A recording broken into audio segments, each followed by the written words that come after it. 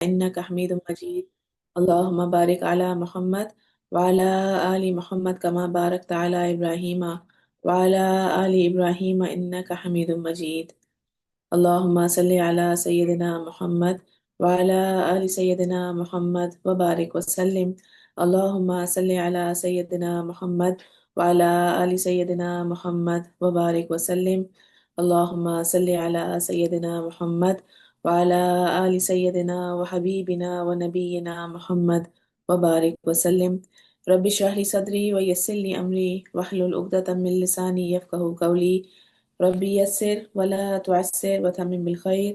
ربنا زدنا علما. يا فتاح يا فتاح يا فتاح. الحمد لله على كل حال وبك نستعين. لا حول ولا قوة إلا بالله العلي العظيم.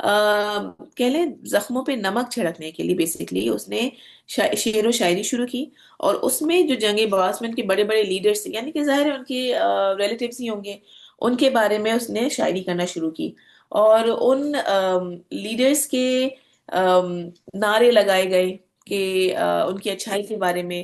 تو شاذ بن قیس نے ان کے نام نکالے اور ان کا تذکرہ کرنا شروع کیا اپنی شاعری میں۔ اب اس کی وجہ سے کیا ہوا کہ جو صحابہ کرام تھے، یعنی کہ مدینہ والے تھے، جو انصار تھے، ان کے آپس میں ان کے درمیان تلخ کلامی ہونا شروع ہو گئی۔ ام، ظاہر ہے ان کو جب چیزیں یاد آئیں تو آپس میں انہوں نے کہا کہ نہیں، تم نے یہ کیا تھا، تمہاری وجہ سے یہ ہوا تھا، آپس میں ان کی اس طرح سے بات ہونا شروع ہو گئی۔ بہرحال نبی صلی اللہ علیہ وسلم نے اس چیز کو دیکھا اور اس بات کو ختم کرا دیا۔ پھر بنو قینقاع نے کیا کیا، ایک اور دوسری چیز کیا کی کہ مسلمانوں کی ایک عورت ان کے بازار میں گئی، تو انہوں نے کہا کہ اپنا چہرہ دکھاؤ۔ اس نے جب نہیں دکھایا تو انہوں نے اس کی چادر باندھ دی، جس کی وجہ سے جب وہ چلی تو اس کی چادر جو ہے اس کے چہرے سے اتر گئی، اور ان لوگوں نے جب یہ دیکھا کہ اس طرح سے ہوا ہے تو وہ لوگ مذاق اڑانا شروع کر دیا انہوں نے اس عورت کا۔ اس پر مسلمانوں نے جا کر انہیں مارا۔ ایک صحابی نے بد کردار یہودی کو قتل کر دیا، جس کے بدلے میں یہودیوں نے ان صحابی کو قتل کر دیا۔ ٹھیک ہے، تو اس طرح کے انسیڈنٹس ہوئے تو نبی صلی اللہ علیہ وسلم نے ان سے ریلیٹڈ 15 شوال کو ایک ڈیسیجن لیا۔ جنگ بدر کب ہوئی ہے؟ جنگ بدر 17 رمضان کو ہوئی ہے، اور فوراً ہی اگلے مہینے رمضان کے بعد فوراً کیا آتا ہے؟ شوال آتا ہے نا۔ تو 15 شوال کو نبی صلی اللہ علیہ وسلم نے ان کے اگینسٹ ایک ڈیسیجن لیا۔ مسلمانوں نے بنو قینقاع کا محاصرہ کیا، اسے سراؤنڈ کیا۔ نبی صلی اللہ علیہ وسلم نے حضرت حمزہ رضی اللہ عنہ کے ہاتھ میں ایک جھنڈا دیا، اور 15 دن تک یہ چلتا رہا۔ یعنی بنو قینقاع کو جو سراؤنڈ کیا ہوا تھا، جو محاصرہ کیا تھا، وہ 15 دن کے لیے یہ چیزیں جاری رہی۔ اور اس وقت یہ دیکھیں، عبادہ بن سامت رضی اللہ عنہ جو کہ خزرج کے سردار تھے، اور عبداللہ بن ابے کس کا، کون سی ٹرائب کا تھا؟ میں نے آپ لوگوں کو بتایا تھا عبداللہ بن ابے جو کہ سب سے بڑا منافق تھا، جس نے مسلمانوں کو بہت مشکلات کا جس کی وجہ سے سامنا بھی کرنا پڑا۔ کون سی وہ ٹرائب کا تھا؟ کسی کو یاد ہے؟ اوس کا تھا یا خزرج کا تھا؟ وہ بھی ون آف دا لیڈرز تھا، ٹھیک ہے۔ عبداللہ بن ابے بیسیکلی وہ تھا خزرج کی ٹرائب کا، صحیح ہے۔ اچھا، یہ امپورٹنٹ نام ہے نا، ان کو یاد رکھا کریں۔ عبداللہ بن ابے جو تھا رئیس المنافقین جو تھا، وہ خزرج کی ٹرائب کا تھا۔ اب خزرج کی ٹرائب کا جو ہے وہ بنو قینقاع کے ساتھ پیکٹ میں تھے، وہ ٹھیک ہے، ان کے حلیف تھے، ان کے ساتھ پیکٹ سائن ہوئے ہوئے تھے۔ یعنی وہ سب چیزیں ساتھ کرتے تھے، لڑتے بھی ساتھ تھے۔ دس مینٹ کہ وہ اوس کے خلاف خزرج کے ساتھ لڑا کرتے تھے، ٹھیک ہے۔ اسلام آنے سے پہلے جو بنو قینقاع تھے وہ خزرج کے حلیف تھے، خزرج کے ساتھی تھے، اور وہ اوس کے خلاف ان کے ساتھ لڑا کرتے تھے۔ اب اس میں عبادہ بن سامت صحابی ہو گئے، اور عبداللہ بن ابے اولدو منافق ہے، لیکن کہنے کو ابھی فی الحال صحابی ہے۔ اب جب نبی صلی اللہ علیہ وسلم نے، ایک منٹ سلائڈ چینج کر دوں، جی، جب نبی صلی اللہ علیہ وسلم نے ان کو 15 دن بند رکھا بنو قینقاع کو، اور اس کے بعد انہوں نے سرنڈر کیا، تو ڈیسیجن ہو رہا تھا، یہ آپس میں یہ ڈیسائیڈ کیا جا رہا تھا کہ ان کے ساتھ کرنا کیا ہے، کہ ان کو مار دینا چاہیے کیونکہ انہوں نے مسلمانوں کے ساتھ پیکٹ کی خلافی کی ہے نا، سختی سے ان کے ساتھ پیش آنا چاہیے، اور فساد کر رہے تھے یہ۔ تو اب جب یہ بات ہو رہی تھی تو عبداللہ بن ابے آیا اور اس نے کہا کہ ان کو چھوڑ دیں، یہاں تک کہ اس نے نبی صلی اللہ علیہ وسلم کے گریبان میں ہاتھ ڈال دیا، جس پر نبی صلی اللہ علیہ وسلم نے فرمایا تجھ پر افسوس، مجھے چھوڑ دے۔ عبداللہ بن ابے نے کہا کہ یہ ہمارے پیک میں تھے تو آپ انہیں نہیں مارے۔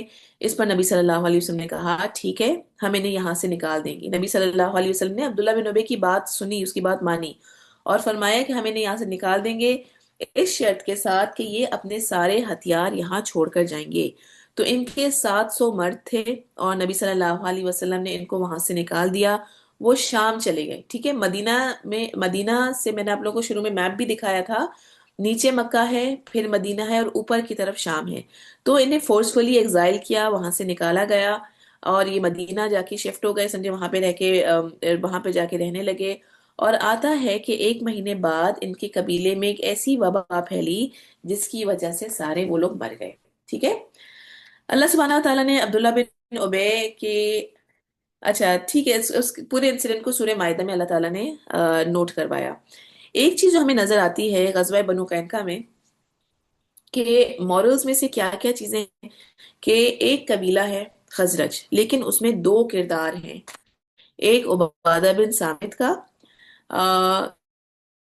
کہ طرح کے بنو قینقاع مسلمانوں کے ساتھ ایشوز کر رہے ہیں، تو انہوں نے کیا کیا، کہا کہ میں ولی بناتا ہوں اللہ کو اور اس کے رسول کو، اور کفار کو جو کر رہے ہیں میں اس سب سے بری ہوں، یعنی میں ان کا پارٹنر نہیں ہوں، ٹھیک ہے۔ تو یعنی عبداللہ بن سامد کیا کہ انہوں نے بالکل ہی بیک آف کر دیا کہ میرا اب ان لوگوں سے بنو قینقاع سے کوئی تعلق نہیں ہے، میں ان سے جو حلیف بھی تھے، جو ہماری ایک ایک پارٹنرشپ تھی، سب چیزیں ختم کرتا ہوں، اب میں اللہ تعالیٰ کو ہی اس چیز کو اس میں بیچ میں رکھتا ہوں، ٹھیک ہے۔ دوسری طرف کون تھا؟ عبداللہ بن ابی تھا، اس نے کیا کیا، ان کے ساتھ اتنی دلی دوستی کہ اس کی وجہ سے کیا ہوا، اس نے نبی صلی اللہ علیہ وسلم کو اتنا پریشرائز کیا کہ ان کو ڈیسیجن نہیں لینے دیا اور ان کو زندہ چھوڑنے کو کہا۔ حضرت عبادہ بن سامع نے کہا کہ اسلام نے میرے سابقہ معاہدے توڑ دیے، یعنی یہ ہے وہ ہجرت، باطنی ہجرت ہے نا، جس میں انہوں نے اپنے پرانے کانٹیکٹس، پرانی ظاہری دوستیوں سب کو چھوڑ دیا، کس کی خاطر؟ اللہ کی خاطر۔ دیکھیں ہم بعض مرتبہ تکلیف میں ہوتے ہیں کہ ہمارے اوپر اسلام کا رنگ نہیں آ رہا ہے نا، ہم بہت کچھ کرتے ہیں، تفسیر پڑھتے ہیں، لیکن ہماری باطنی ہجرت نہیں ہو پاتی، جو ہمارا انر چینج ہے وہ ہم نہیں کر پا رہے ہوتے، ہم سے دوست ہیں جو ہمیں برائی کی طرف لے جا رہے ہوتے ہیں، لیکن اور ہم جانتے بھی ہیں کہ وہ کیا کر رہے ہیں، لیکن کیا ہوتا ہے، انہیں چھوڑ نہیں پا رہے ہوتے ہے نا، ہم پریشر لیتے ہیں اور ہم پھر کیا کرتے ہیں کہ ہمیں چینج نہیں آ رہا، یعنی کہ ان کی جو بری صحبت ہے اس کا اثر ہم پہ پڑ رہا ہوتا ہے، ہمیں آئیڈیا ہو، لیکن ہم انہیں چھوڑ، چینج کیسے آئے گا پھر، رائٹ؟ جب تک میں ایسی چیزوں کے لیے سٹینڈ نہ لوں، جب تک میں ایسی چیزیں انہیں چھوڑ نہ دوں تو چینج نہیں آئے گا۔ ایک مورل اور دیکھیں کہ اسلام میں عورت کے پردے کی عظمت اور اس میں مسلمانوں کی غیرت، ہم جو سیرت پڑھ رہے ہیں وہ صرف ایز اے سٹوری یا فن کے لیے نہیں پڑھ رہے، بلکہ یہ دیکھیں کہ نبی صلی اللہ علیہ وسلم پوری انسانیت میں ایک ڈراسٹک چینج لائے، اور اس چینج کو ہمیں سمجھنا اور سیکھنا ہے نا، اس میں سے ایک ایک کا پردہ ایک ایسی چیز تھی کہ جس کی وجہ سے ایک قبیلے کے اگینسٹ ڈیسیژن اسے ایکسپیل کیا گیا۔ بنو قینقاع وہاں کے خاص لوگ تھے، مدینہ کے ایک یہودی، خاص یہودی ٹرائب تھی، لیکن مسلمانوں کی ایسی غیرت جاگی کہ اس انسیڈنٹ کی وجہ سے جو عورت کے ساتھ انہوں نے بازار میں کیا تھا، اس کا جو پردہ کھینچا تھا، تو اس کی وجہ سے قتل ہوئے، اس کی وجہ سے ان کو وہاں سے نکالا گیا۔ دیکھیں اسلام کے بعض ڈیسیجنز میں ہم اتنے پریشان اور شرمندہ ہوتے ہیں کہ کچھ نہیں کر پاتے ہے نا، اور وہ ڈیسیجن اللہ تعالیٰ خود لے لیتے ہیں۔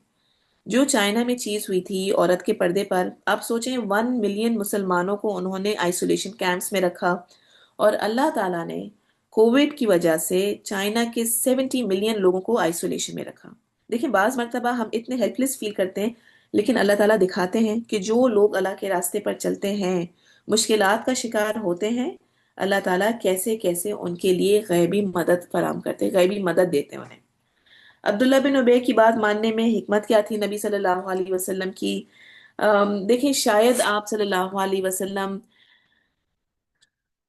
ایک سیکنڈ، شاید آپ صلی اللہ علیہ وسلم یہ چاہتے ہوں گے کہ یہ مخلص مسلمان بن جائے، جس کے نتیجے میں اس کے پیچھے چلنے والے ہدایت لے آئیں، کیونکہ اس کی پوری ایک ٹرائب تھی، اس کے پیچھے یہ لیڈر تھا، اپنے اپنے ایریا کا، اپنے لوگوں کا لیڈر تھا، تو اگر نبی صلی اللہ علیہ وسلم اس کو چھوڑ دیتے، یہ ہو سکتا ہے کہ اس کے اندر جو منافقت تھی وہ ختم ہو جاتی ہے، اور ایک یہ مخلص مسلمان بن جاتا ہے۔ یہ دیکھیں کہ نبی صلی اللہ علیہ وسلم نے اس کی بات مانی، اور جب یہ کرتا تو اس طرح سے اس کے لوگوں کو بھی ہدایت ملتی۔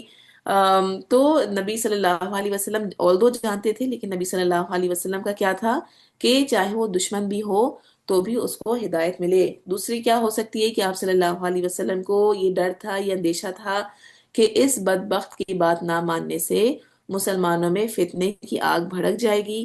آپ صلی اللہ علیہ وسلم اتحاد کو ہر قیمت پر قائم رکھنا چاہتے تھے۔ تو کیوں انہوں نے نبی صلی اللہ علیہ وسلم نے اس کی بات مانی؟ ہو سکتا ہے کہ نبی صلی اللہ علیہ وسلم یہ دو چیزیں ان کے ذہن میں ہو، اور واللہ عالم کیا اصل وہ تھی، لیکن بہرحال جو اسکالرس لکھتے ہیں، جو ریسرچرز لکھتے ہیں، وہ یہ دو حکمتیں لکھتے ہیں کہ نبی صلی اللہ علیہ وسلم نے اس وجہ سے عبداللہ بن ابے کی بات مانی۔ اچھا، اب اس کے بعد حضرت علی اور حضرت فاطمہ کا نکاح ہوا۔ شادی کے وقت علی رضی اللہ عنہ کی عمر 21 تھی، جبکہ حضرت فاطمہ رضی اللہ عنہا کی عمر 15 سال تھی۔ ٹھیک ہے، ابھی ہم نے کیا بات کر رہے ہیں؟ بدر ہو گئی، بدر کے بعد غزوہ بنو قینقاع بھی اوور ہو گیا، کمپلیٹ ہو گیا۔ اب اس کے بعد ہوئی حضرت علی اور فاطمہ کا نکاح، ان کی شادی ہوئی۔ رسول اللہ صلی اللہ علیہ وسلم نے حضرت فاطمہ سے اس رشتے کے بارے میں پوچھا تو وہ خاموش رہیں۔ حضرت علی رضی اللہ عنہ نے اپنی زرہ جو تھی وہ 480 درہم حضرت عثمان رضی اللہ عنہ کو فروخت کی، اور اس سے شادی کا سامان خریدا اور مہر ادا کیا۔ عثمان رضی اللہ عنہ نے جو انہوں نے زرہ خریدی تھی حضرت علی سے، وہ انہوں نے بعد میں انہیں تحفے میں واپس کر دی تھی۔ رسول اللہ صلی اللہ علیہ وسلم نے حضرت فاطمہ کو اپنی طرف سے ایک چادر دی، مشکیزہ دیا اور چمڑے کا تکیہ دے کر ان کو رخصت کیا۔ تو اس طرح سے حضرت علی اور حضرت فاطمہ کا جو نکاح ہے وہ 3 ہجری نہیں، ہاں اراؤنڈ 2 ہجری میں ہوا۔ ٹھیک ہے، ہاں کیونکہ بدر کے بعد ہے تو 2 ہجری میں، یعنی ہجرت کے دوسرے سال ہی حضرت فاطمہ اور حضرت علی کا نکاح ہو گیا۔ اچھا، اب اس کے بعد ہم دیکھیں گے کہ یہودیوں کا ایک شاعر تھا، اچھی شکل صورت کا تھا، اس نے یہودیوں کے علماء کی منتلی سیلری باندھی ہوئی تھی۔ ٹھیک ہے، کعب بن اشرف۔ یہ اب ہم تیسرے ایونٹ کی طرف جا رہے ہیں کہ کیا ہوا۔ حضرت فاطمہ کا نکاح ہو گیا، اب اس کے بعد ایک شخص تھا کعب بن اشرف، اس کے بارے میں ہم پڑھیں گے۔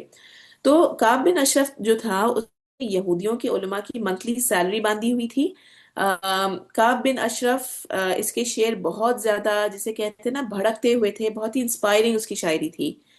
جب نبی صلی اللہ علیہ وسلم آئے تو اس نے سارے علماء کو بلایا اور کہا کہ تمہارا نبی صلی اللہ علیہ وسلم کے بارے میں کیا خیال ہے؟ تو انہوں نے جواب دیا کہ یہ وہی ہیں جن کا ہم انتظار کر رہے تھے۔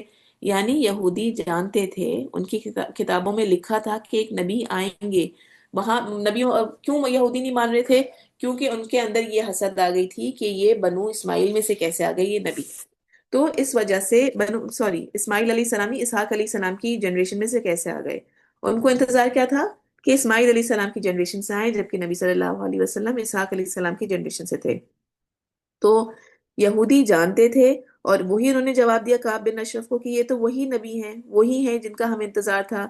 اب یہ سن کر کعب بن اشرف کو بہت غصہ آیا، اور اس نے ان کی سیلری بند کرنے کا کہا، اور اس نے کہا کہ اچھا اگر تم لوگ یہ مانتے ہو، تم لوگوں کو یہ لگتا ہے، تو ٹھیک ہے، جو میں سیلری تم لوگوں کو دیتا ہوں میں سب بند کرتا ہوں۔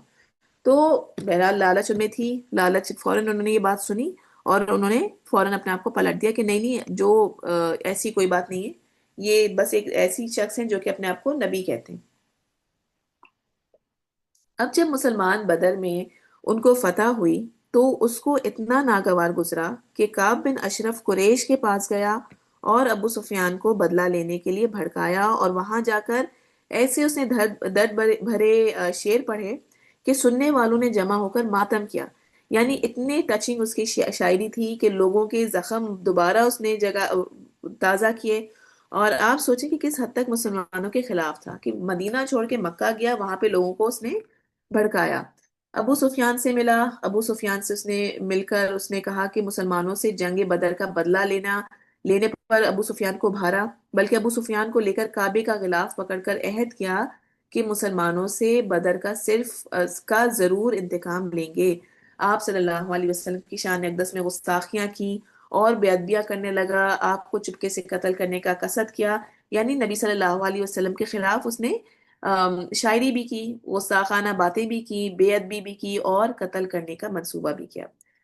اب نبی صلی اللہ علیہ وسلم کو جب یہ ساری باتیں پتہ چلی، ان تک یہ خبر پہنچی، تو آپ صلی اللہ علیہ وسلم نے ایک اسٹریٹجی اپنائی۔ نبی صلی اللہ علیہ وسلم نے حضرت حسان بن ثابت کی ہم نے پہلے بھی بات کی تھی، وہ مسلمانوں کی طرف سے ان کے شاعر تھے۔ ٹھیک ہے، تو نبی صلی اللہ علیہ وسلم نے ان کو بلایا اور فرمایا کہ آپ ان کا جواب دیجئے۔ کعب بن اشرف مکہ میں جس گھر پہ رہتا، تو حسان بن ثابت کیا کرتے کہ اس شخص کے اگین شاعری لکھ کر مکہ بھیجتے۔ یعنی جس گھر میں جو لوگ کعب بن اشرف کو ہوسٹ کرتے، انہی ہوسٹ کے خلاف حسان بن ثابت شاعری لکھتے اور مکہ بھجواتے۔ ہوا کیا کہ جب یہ سلسلہ شروع ہوا تو مکہ والوں کو ہوا کہ ہم اس شخص کو پناہ دے کر بدنام ہو رہے ہیں. یعنی وہاں سے شاعری آتی تھی، لوگ پڑھتے تھے، ہنستے تھے، یا ان کی جو بھی اس میں برائی اس شاعری میں لکھی ہوتی تھی. تو ان لوگوں کو یہ ہوا کہ ہم اس شخص کو پناہ بھی دے رہے ہیں، اس کی وجہ سے بدنام ہو رہے ہیں، ہماری شاعری سے اس طرح سے انسلٹ کی جا رہی ہے. تو انہوں نے کیا کیا کہ کعب بن اشرف کو دھکے دے کے اپنے گھر سے نکال دیا. سوچیں، نبی صلی اللہ علیہ وسلم نے حضرت حسان بن ثابت سے کیا کام کروایا؟ ان کو as a media cell use کیا ہے نا. ابھی بھی ہم دیکھتے ہیں کہ کسی چیز کے اگینسٹ کوئی بات کرنی ہوتی ہے، کوئی بھی چیز کو سامنے لانا ہوتا ہے لوگوں کے، تو کیا کرتے ہیں؟ سوشل میڈیا کا استعمال کیا جاتا ہے. تو اسی طرح سے نبی صلی اللہ علیہ وسلم نے حسان بن ثابت کو as a media cell use کیا، مکہ والوں کی برین واشنگ کی. حسان رضی اللہ عنہ سے ایک کے بعد ایک شاعری کروائی، جس کو سن کر کس طرح سے لوگوں پر فرق پڑا، ان لوگوں پر اثر پڑا. کعب بن اشرف نبی صلی اللہ علیہ وسلم کی شان میں گستاخی کرتا رہا، نبی صلی اللہ علیہ وسلم کی قتل کا منصوبہ بنایا. تو پھر نبی صلی اللہ علیہ وسلم نے کیا کیا؟ حضرت محمد بن مسلمہ، ان کو پہلے بھی ہم نے ان کے بارے میں پڑھا تھا، وہ بھی ایک سریہ میں جا کے وہ اسی طرح سے ایک سردار کا سر لے کر آئے تھے. تو وہ کعب بن اشرف کے بھانجے تھے، اور انہوں نے نبی صلی اللہ علیہ وسلم سے کعب بن اشرف کو قتل کرنے کی اجازت مانگی، اور نبی صلی اللہ علیہ وسلم نے اجازت دی. 5 لوگوں کو بھجوایا. اسے سریہ کہیں گے کیونکہ اس میں نبی صلی اللہ علیہ وسلم نہیں تھے، اور یہ 5 لوگ گئے تھے حضرت محمد بن مسلمہ کے ساتھ. ٹھیک ہے، تو اس کو سریہ کہیں گے. تو یہ سریہ کعب، سریہ محمد بن مسلمہ یہ اس کو کہیں گے. وہ لوگ گئے، کعب بن اشرف کا کاسل تھا، قلعہ تھا اس کا، اسے وہاں سے نکالا اور اس کا سر قلم کیا. محمد بن مسلمہ رضی اللہ عنہ سے ریلیٹڈ آتا ہے کہ جب سے انہوں نے یہ کہا تھا کہ میں یہ ذمہ داری پوری کروں گا، اپنی کمٹمنٹ کی ٹینشن کی وجہ سے انہوں نے کھانا پینا چھوڑ دیا تھا. جس پر نبی صلی اللہ علیہ وسلم نے فرمایا کہ آپ کے اوپر صرف کوشش ہے، آپ کوشش کریں، اس ٹینشن میں نہ رہیں کہ کیسے پورا ہوگا. یعنی کہ پھر اس کے بعد کیا ہوتا ہے؟ اللہ تعالیٰ پورا کرتے ہیں نا. اس سے اصول نکل رہے ہیں کہ دیکھیں، بعض مرتبہ ہمیں ذمہ داری دی جاتی ہے، ہم بھی کتنی ٹینشن میں آ جاتے ہیں، لیکن اصل کرنے والے تو اللہ تعالیٰ ہوتے ہیں. ہماری تو صرف کوشش ہوتی ہے، ہم کوشش کرتے ہیں، دعا کرتے ہیں، یعنی سبب اختیار کرتے ہیں اور اللہ پر توکل کرتے ہیں، اور کام پورا پھر اللہ تعالیٰ ہی کرواتے ہیں. اور پھر اس کے بعد انہوں نے جا کر اس کو قتل کیا اور نبی صلی اللہ علیہ وسلم کے سامنے لا کر اس کا سر رکھا. تو یہ تھا سریہ مسلمہ. ٹھیک ہے، ہم نے حضرت فاطمہ کی نکاح کی بھی بات کر لی. دوسرا یہ ایونٹ ہے سریہ مسلمہ، یہ پورا ہوا. اب ہوا کیا؟ اس واقعے سے پورا مدینہ ایک خوف کا سا اس میں مدینہ میں ماحول پھیل گیا، گھروں میں رونا پیٹنا شروع ہو گیا. تو نبی صلی اللہ علیہ وسلم نے ایک آرڈر دی، یعنی کہ کعب بن اشرف یہودیوں کا اتنے بڑے اس کو مار دیا گیا، تو اب کیا تھا کہ یقیناً یہودی بھی ان سے بدلہ لیں گے. تو نبی صلی اللہ علیہ وسلم نے ایک آرڈر پاس کیا اور فرمایا کہ یہودیوں کو جہاں پاؤ قتل کر دو. ایک لمیٹڈ ٹائم کے لیے یہ آرڈر تھا. سمجھیں جیسے کرفیو کا نفاذ تھا، ہے نا. کرفیو لگتا ہے تو کیا ہوتا ہے کہ سب لوگ اندر ہوتے ہیں اور جو باہر ہوتا ہے اس کے خلاف ایکشن لیا جاتا ہے. اس کے بعد یہودیوں نے آ کر نبی صلی اللہ علیہ وسلم سے بات کی کہ ہم یہاں پہ پیسفلی رہنا چاہتے ہیں، اور میثاق مدینہ جو پیکٹ سائن ہوا تھا اس کو ہم کنٹینیو کرنا چاہتے ہیں، پیکٹ کو ریوائیو کریں گے اور پیسفلی رہیں گے. تو اب تھوڑے دنوں کے لیے سیز فائر ہو گیا.